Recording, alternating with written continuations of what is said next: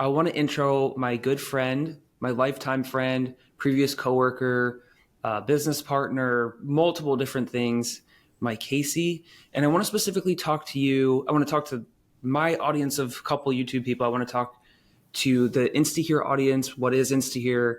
But before we even go there, let's talk about how you got here. Why InstaHear?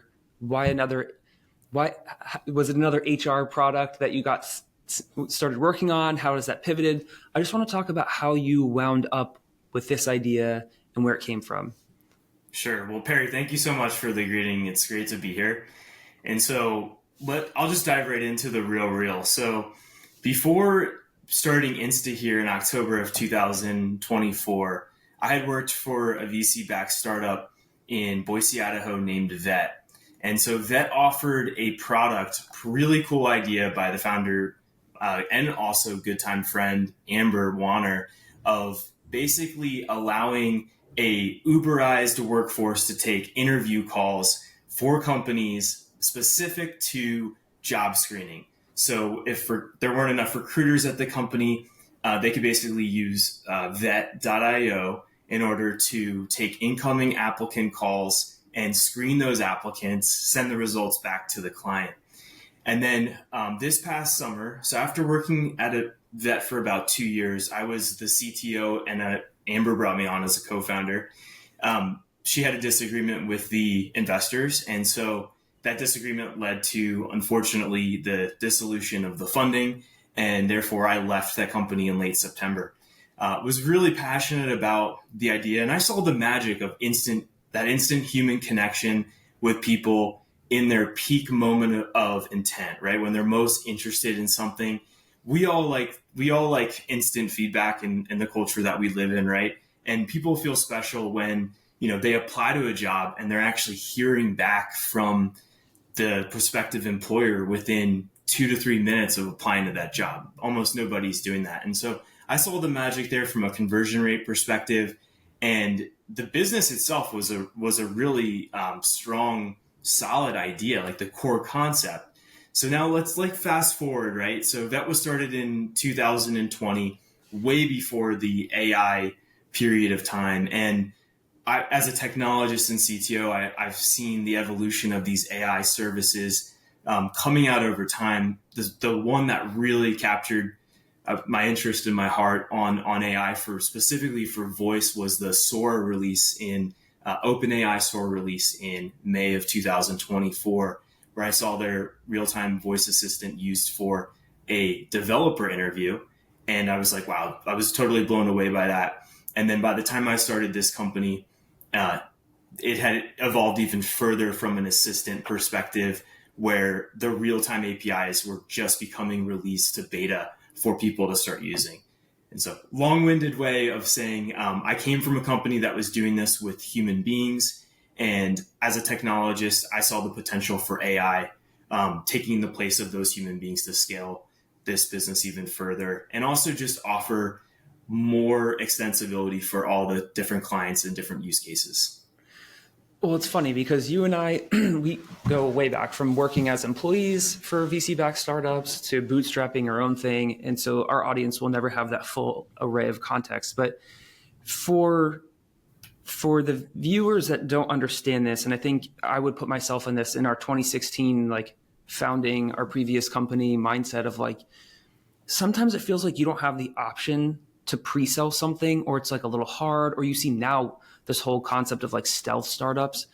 But tell our audience a little bit about how you kind of started with someone that was asking for this, because as many companies that are VC backed, do, or oftentimes go through these growing pains of now you have Amber's working on stakeholders who are your customers, and then you put VCs, and then you have this another level.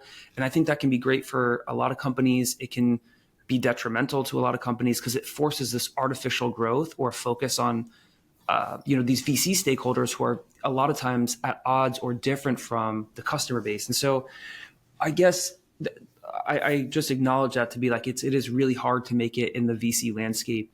But the other part of it is, how are you able to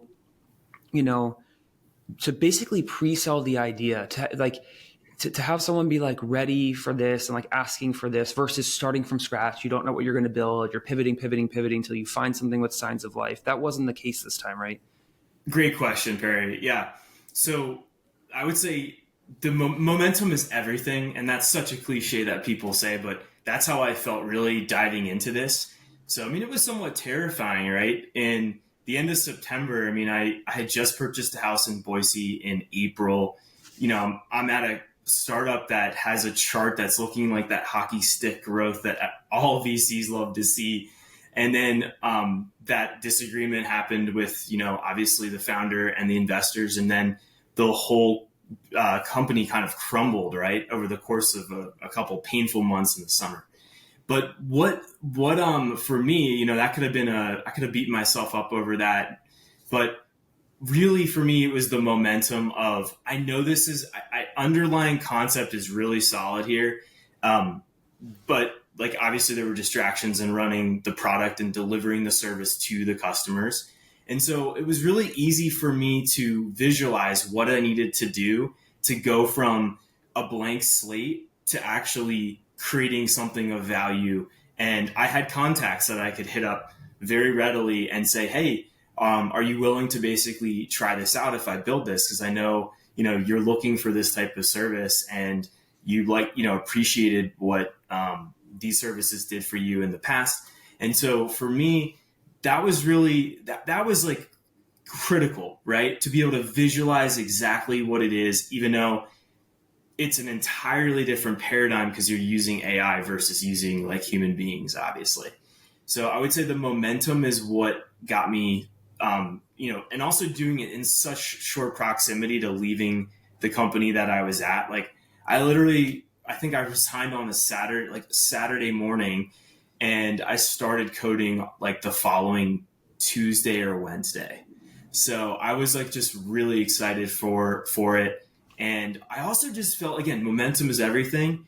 OpenAI just released to beta their real-time assistant. I didn't end up using that real-time assistant because it was very expensive, and it wasn't the proper use case for what I was doing. But also, I just felt that FOMO of like, hey, this is coming out to the general public. Other people are going to start seeing the magic here, and I saw the magic clearly, and so it kind of just cascaded to the momentum and building. It's funny because you've known me for a long time, and anyone that's known me for a while has known that like I've been stubbing organic intelligence as like a thing forever. And I think with AI, I've been dragging my feet a lot just because there's this strange man at the gym that always talks to me, and he's like, AI, he's like, a lot of people are trying to replace consciousness with it and whatever. And he gets like super deep. And I'm like, dude, this is just too much. Like, I just want to do my squats and get the heck out of here. But like, there's something to what he's saying that I do agree with, where it's like a lot of people are trying to like replace aspects of the human connection with AI. And I think that's like where I was, where like I just saw everyone using it as a replacement for interacting with people. Again, as this momentum of being barricaded in your house from COVID, people like all of a sudden weren't as great at interacting with people. They're like, let's just not do it. We're working from home. Like, and I kind of saw it as that. And then I really liked what you guys were doing at Vet, because I had interviewed, actually for my viewers, like I had interviewed Amber, the CEO of Vet, as one of my first like video projects on another platform that was doing this job related stuff. And I thought it was such a cool model. The problem in my mind is anytime Mike and I had worked on another product where we had a two-sided marketplace and we had to have like these people providing video content, and we needed to get customers to consume it. And so it was like, the customers would consume the video too fast. And now you need to get more of these people, this talent to like film the video. And then you've got to fund more of it because they've got to get paid, or you do user generated content where they basically sell their own content on your platform. And that model is like, you're always chasing your tail. And so when you were talking about this idea of doing, a non-human version of it, I'm like, number one, you can interview faster. You can get to the call faster, even if it's a couple moments, minutes, seconds, whatever. If someone comes in at 2 a.m., you don't have to match a vetter or whatever, a human. Now you can do it with AI. And the other thing that I thought was so cool was the technical aspect. Like now you can have, an AI that's trained on asking these really technical questions or even empathetic questions. Now, Jen, our AI agent who we work with a lot, she's the one that does our phone stuff at InstaHear.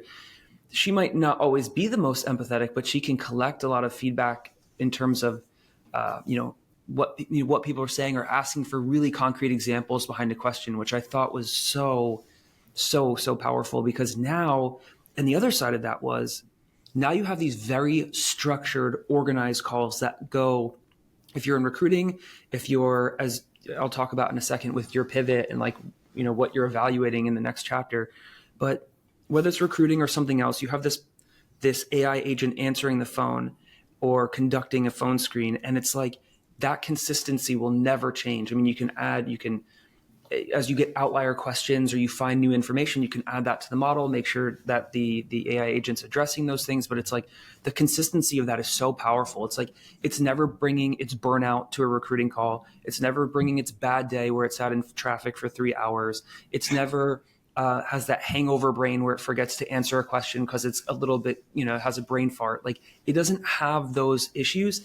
And now you have really consistent data that for your one client. Why don't you tell us about the one client that you guys are working with that they were in the process of doing knockouts. They found this one data insight where they're like, hey, if we did this differently, we already paid for these leads from Indeed. We might be able to really maximize our spend on Indeed because the majority of people are knocking out for this one simple thing. What if we guided them on how to fix that so it wasn't a problem? Why don't you tell us a little bit about that? You have the power of this data and kind of that structured call every time that's very consistent, and one win that you've already seen. Sure. So I just want to comment on the empathy of the AI. That was another thing that was really encouraging to see. Like Jen, the AI assistant that we use for InstaHear. I mean, you can tell her say you're taking a call on a Friday and we prompted to ask a question, just an icebreaker question, like, how is your Friday going, right? She'll insert whatever day of the week that it is that the caller is, local time zone. And if they say, I'm excited for the weekend, she'll be like, yeah, that's awesome. Like, what are your plans? Do you have anything fun? Weekends are exciting. And then, or if you tell her like, yeah, my birthday is coming up on Sunday, she'll be like, well, happy early birthday. Or you start a call on Monday, and I did a test call and I was like, she's like, how's your Monday going? I'm like, it's a Monday, it's just okay. And she's like, yeah, Mondays can be like that sometimes. Like she can connect on a deeper level than most people think of when they think of just a robotic phone tree, if else statement. Like it's anything but that. We've got veterans that'll say, when she's asking about what their past work experience is for job screening interviews, they'll say that they were in the Navy, and she'll say, thank you for your service. Like I didn't program that. That's just part of the personality that is based on the model, based on all of the trainings that go into it of what should you say when someone says that they've been in, the Navy for 20 years. And so that's the stuff that continues to impress me and makes it, again, human beings are always going to be number one. But the reason the AI is really powerful is that human beings at most businesses, they're the most resource constrained, right? From just an operational perspective. So the AI is great at being able to remove some of those constraints when you've got simultaneous calls needing to happen. In regards to knockouts, so yeah, the data basically showed when we did like an end of the month's recap session with our client, the data showed that 65% of their applicants were not even making it to our AI phone interview because they didn't have a security guard card license, which is a state requirement for the role. To be a security guard, you typically need to have that.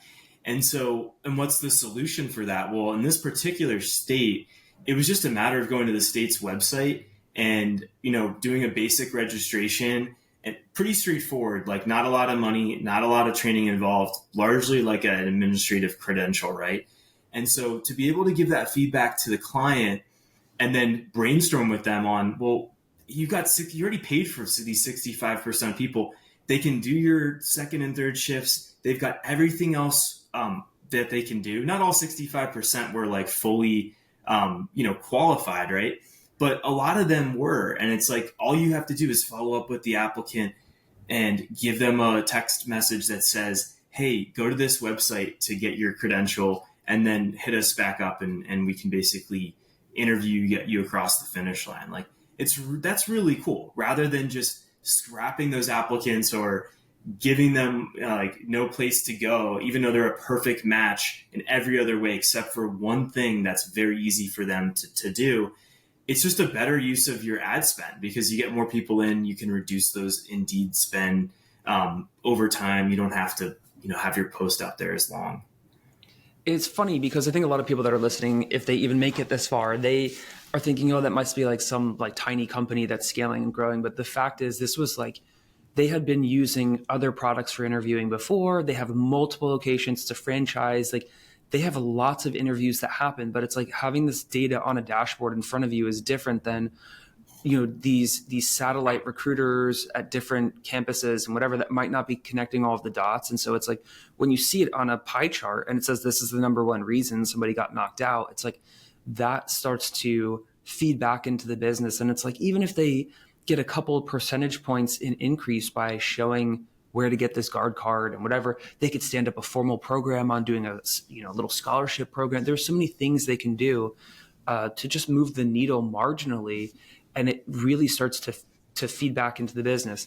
The other thing that I want to touch on is people that are listening thinking, oh, this is only for volume work. Before we go into like talking about a pivot real quick, or volume hiring, my big bet on that is no. And I've seen a lot of interest from people that are looking at more white collar jobs that are doing not quite executive level, but like, a higher end product manager or a software engineer. Because the thing is right now in this climate, in contrast to 2021 and 2022, there's, you have these jobs that are, well into six figures and you get thousands of applicants. And so the volume isn't necessarily of the roles, there's volume of these roles, but there's volume of applicants coming in.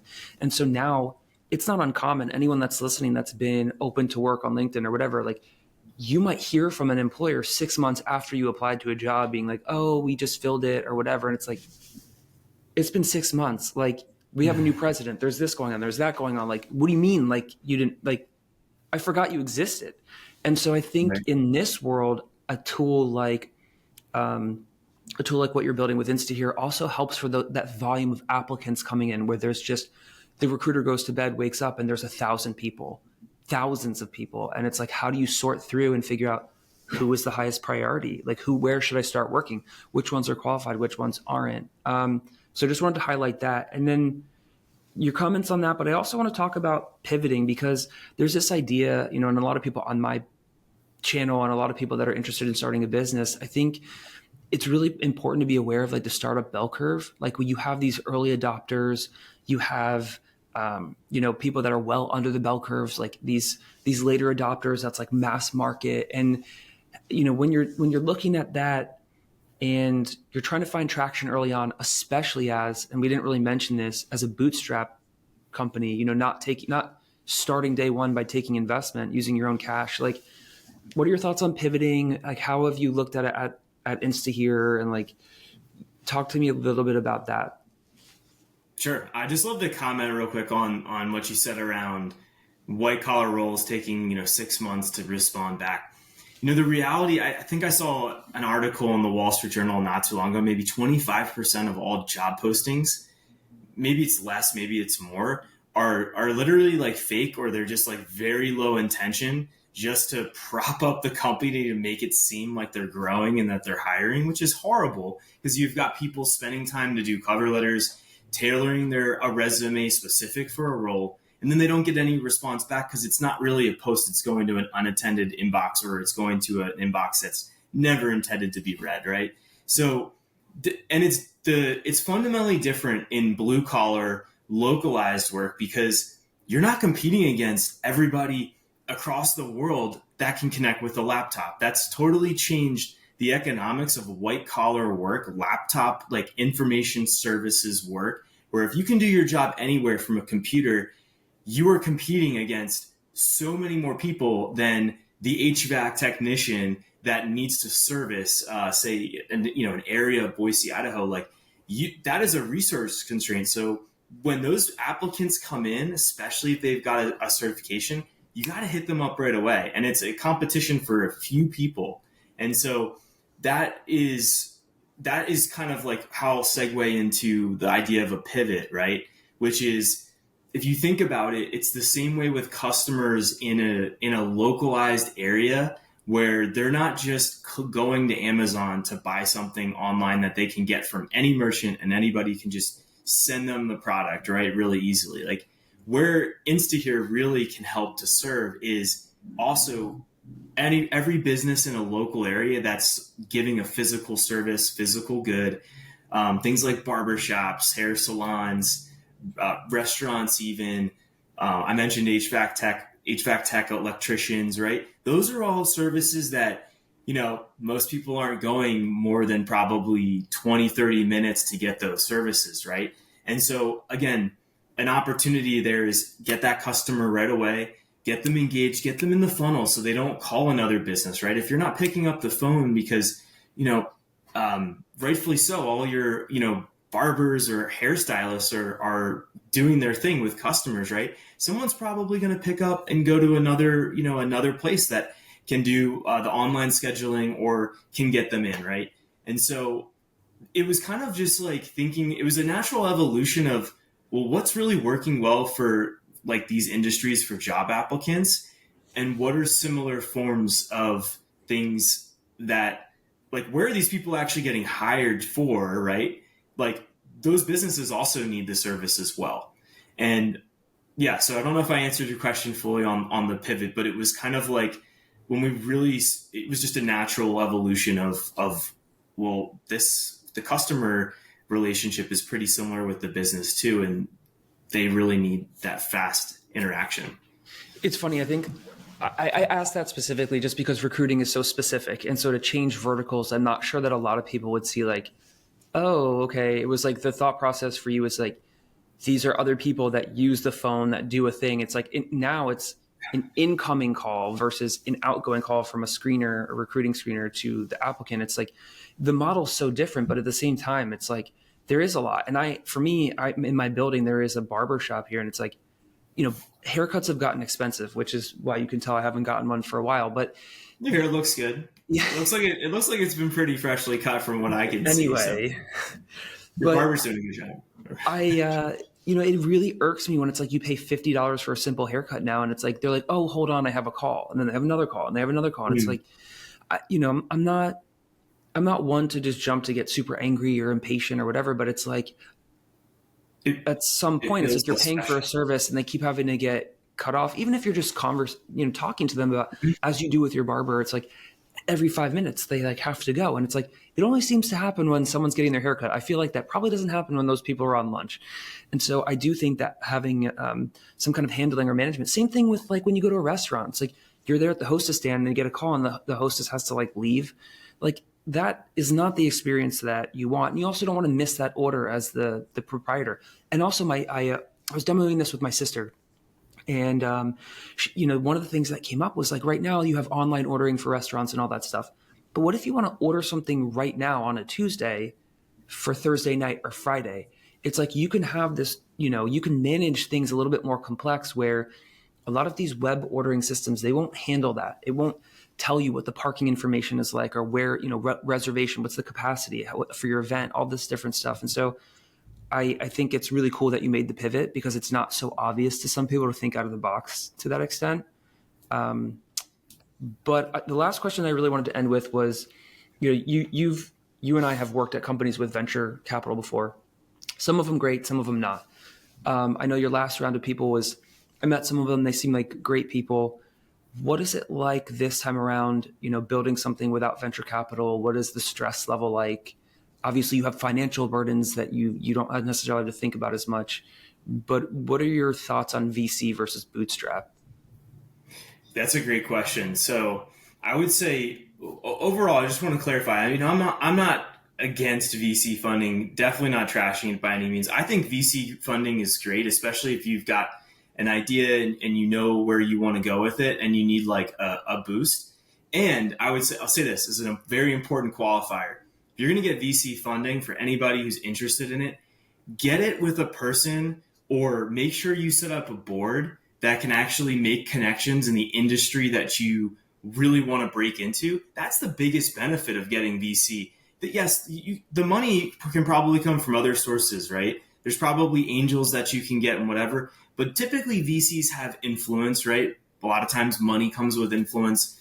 Influence comes with money. It's like, make sure that you really handpick that person that can call the companies that you want to get into for pilots, or they can build bridges for you. And so it's not just about the money. And that's the biggest thing that I would say is awesome. If you get that right VC who can open the doors for you, the right board members who can make a phone call to big companies to get you in the door, that's really where you should be focusing your effort on. And I think so many people just think about it from a check perspective and that's it. But really, like, once you get the money from VC, now you got to sell the thing.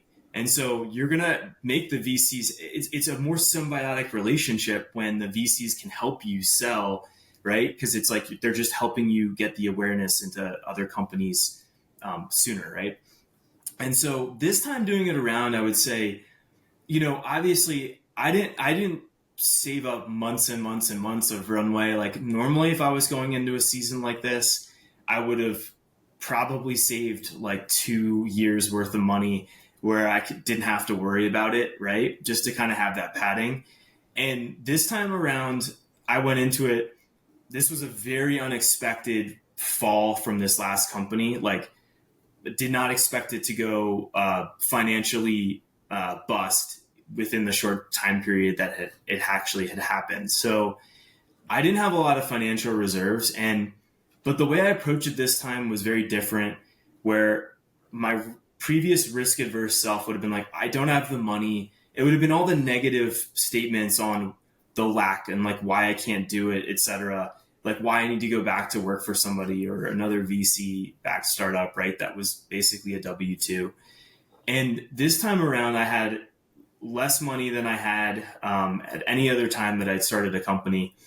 But I felt more in tune with the spiritual side of my life and being able to not worry as much, because I just felt like I was being called very much to be an entrepreneur. Like you kind of have that drive, you've got the bug, or you don't. And so it was really clear to me, and I didn't really worry about the money. And the thing is, at the end of the day, people really want to see you succeed, and money will come out of places that you don't even expect it to come out. And that's why I don't worry about money right now. It's either going to come from customers or it's going to come from family. Some family has helped me out because they want to see me succeed. They believe in what I'm doing, and they know that they don't want to see it fail because, lack of money, right? At this early stage. So I would say, if I could do it all over again and I had a perfect crystal ball, I probably wouldn't have purchased a house with as expensive of a mortgage, putting as little cash down as possible at the time. I probably would have rented because the economics made more sense. But when I made that decision, life was different, right? And so I have to kind of live with the cards that I have in my hand, and you just make it work. If there's a will, there's a way. We're coming up on 30 minutes, so let's just close it with this. For those that don't understand, I made a big transition to start working with you and start moving away from coaching. That was like a personal decision, as I was like, I want to have a couple more wins to point to. Like, I really think I can help people from a coaching perspective, but in the spirit of Alex Hormozy and a lot of these different people that you and I both listen to, but I listen to, is like, I just want more to point to for the confidence of the person I'm closing. And for me, and like, I want people to come to me because of some of the things that I've been able to accomplish versus having to go find people. I think that's always a better model. And so you and I have been teaming up on InstaHear, which has been really cool, just because we've worked at many different places together. And so it's been fun to go through this. And obviously I know where to find you. I know where to find InstaHear. But where can people that are listening or watching, where can they learn more about maybe the journey of what you're working on, or like to learn more about InstaHear, what it is, how it works, to demo it and learn more about it? Yeah, great question. The best place right now is to go to instahear.ai. It's exactly spelled out as you think it would be, InstaHear, and here as if you're, HEAR.ai. Go to the site and you can basically check out, you can read a little bit more about the value props, But on the How It Works page, or even on the homepage, if you scroll a little bit further, you can see all of the use cases that we're really passionate about pursuing right now from a marketing standpoint. And you can even do a test call with the AI, and you can, beat it up, throw it some curveballs, be that customer that maybe doesn't have a straightforward of a request to Gen the AI assistant, and see what you think, and if it can add some value to either yourself or any other businesses that you know of out there, or any other use cases that maybe we're not even thinking about. It'd be awesome to share it. But I would say the website right now, we're going to definitely work on getting more of a presence. I feel like we just got out of a season of product, building a lot of products heads down, and now we're trying to get out there into the world and show the magic of what we're doing. And so, but for now, the website's the best place to check out everything that we have to offer. Cool. Well, Mike, thank you for this half hour that we get to ask a couple questions. And I look forward to creating some shorter snippets in the future for people that are less interested maybe in the story and the journey of the entrepreneurial part, just to talk about product, or how you think about AI, or how you think about some of these things when you're building something from scratch, or scaling, or breaking into a new market, or marketing, or sales, or whatever, all the things that are required to go through this roller coaster of building a business. So I think that's good for this segment. Mike, thanks for your Thank you, comment. Perry, for having me. I appreciate it. It's Um, perfect timing too, because the sun is it's coming out here and it's getting really bright in this room. So I feel like I'm being washed away, at least from you on the screen. So great timing for a wrap up.